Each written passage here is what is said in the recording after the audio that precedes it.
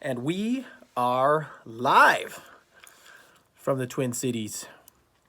Welcome, everybody. Thursday, the stream. We're going to get into the stream a little bit later, but the stream in place of the 26th annual Dream, of course, gets going tonight. We'll get into some of that, have some takes on that. And, a lot of complaints going on about the stream. Capitalists at work again. And, I was just kind of thinking about, capitalists at work, everybody kind of going back. And it seems like it was one of the great capitalists of our era, Elon Musk, a few weeks ago that kind of got things going. He got that fight with that county there in California, I think it's Alameda County, where he just said, screw you. We're going back to work. Musk has got this business model where he doesn't have to advertise. You have to he doesn't have any car lots. You put $1,000 down, you might wait a year. And he can't make his product fast enough, right? I mean, you're waiting in line a year. You put $1,000 down. If you walk away, you lose your $1,000. And now he's got that Cybertruck coming. So it seems like since then, things have kind of ground out. And of course, we've seen everything at Wisconsin. I was in Wisconsin last week, and Superior had a race. Jam-packed crowds, and Bert from the One to Go show was at SK Speedway. He said the place was jam-packed, which is good to see. And it's good to see for the entrepreneurs in Wisconsin and the other states that are open. But boy, it's tough to be an entrepreneur in Minnesota right now, especially on the racing front. Entrepreneurs love money. I mean, look at Zuckerberg, what's going on right now with him and in the hot water with Facebook. He's not taking political sides because he loves his money. It's, Tony Stewart, we're going to get into it. He loves, his money.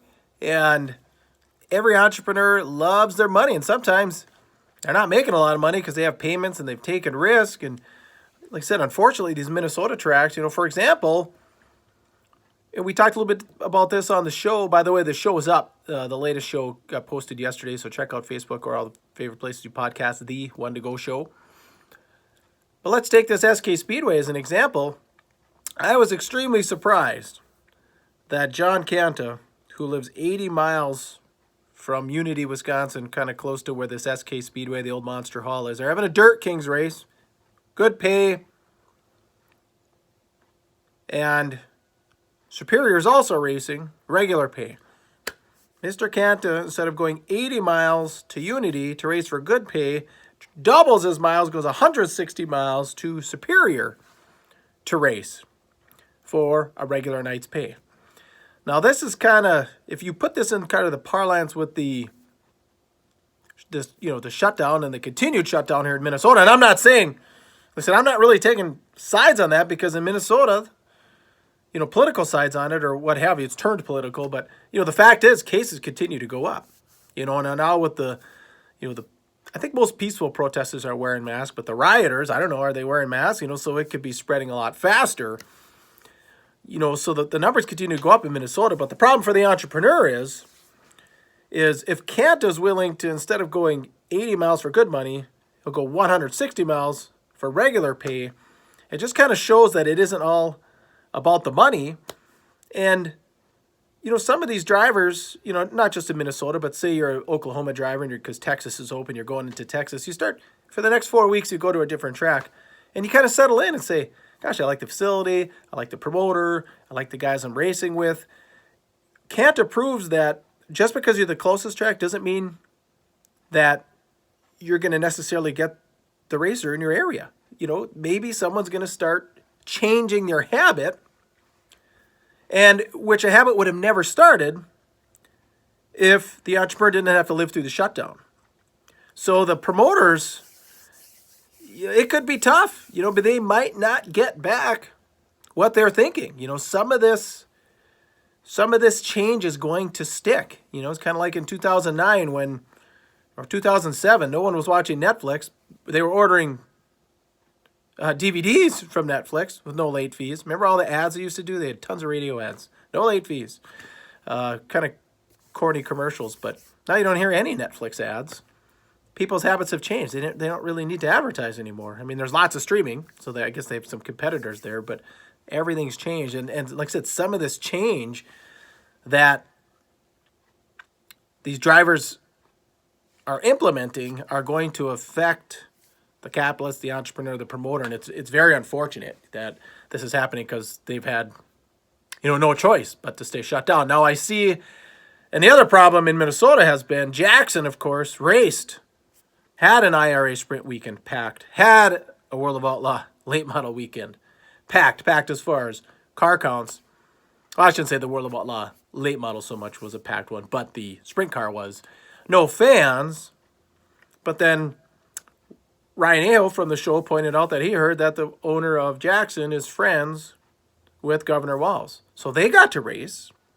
They didn't have fans, but they didn't do it for free either. They made some money on it, where, the guys at Hibbing Raceway, they haven't made any money, right? Because they haven't been able to open once. The guys in Grand Rapids haven't, so wherever, pick a track. Granite City, now Deer Creek supposedly opening, Brainerd supposedly trying to get a show in. Now Superior, speaking of Superior, where I was last week, it's Thursday today. They're racing. They're doing a doubleheader. They're saying, well, Minnesota, you're not racing. Grand Rapids, you normally race on Thursday. We're taking that date. And then we're going to race tomorrow. So money flowing out of the state. So this is a real complicated situation for promoters. And of course, it spreads all across all businesses, restaurants, etc. But obviously, we concentrate on racing here. But it's complicated. It's a tough deal. Now, Eldora is figuring out a way to make money.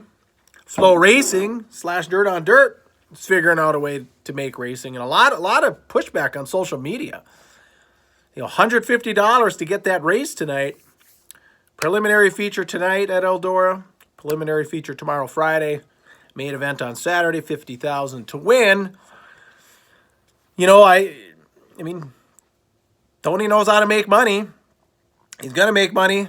Who else is going to make money is Las Vegas. They're opening up today. And that's kind of been racing's problem is Vegas is opening. They've got people who are friends with politicians. Sounds like the NBA's coming back, right? Friends with politicians. The NHL's with an NHL player a week ago, and he said, nothing official. Haven't really heard from the Players Association per se, but sounds like they're going back July 6th. 3-week training camp. Season starts August 1st-ish. They go till September 30th-ish. 24. They've already announced 24 teams. And then October, November, they're off. December, start the regular season. No Christmas break, no All-Star break, 82 games. And get caught up about this time next year. So, businesses, industries that have friends in high places opening up. And like I said, it's just unfortunate here. Now, Tony's probably got the most influence on dirt track. Like I said, let me back up. Unfortunately, we don't have, dirt track racing doesn't have that voice. Now, Tony, who's one of the, obviously, probably the most popular track owner, if you just polled people in the United States and said, have you heard of Tony Stewart? Probably heard of him. They never heard of Roger Slack, but they heard of Tony Stewart. So he's going to make this thing happen with no fans. That's unfortunate. Wish he could have thrown his weight around and got fans. But like I said, a lot of pushback, $150. I guess I'm just kind of happy that the event is going. It'll be interesting to see how it goes as far as, they are taking a little bit of a risk here. Flow Racing's taking a little bit of a risk. $150 for 3 nights.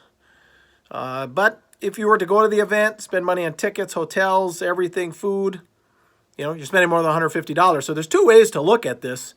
And it'll be interesting to see exactly how this works out. And then, there continues to be that threat of, will local dirt track racing ever be the same? Because of all this video and how popular it's getting. And people getting used to just watching dirt track racing from the comfort of their couch or comfort of their recliner. And so we're continuing to push this video narrative, which is good for the one promoter per se if you've got the popular track. It's like the old boxer back in the day in the 30s.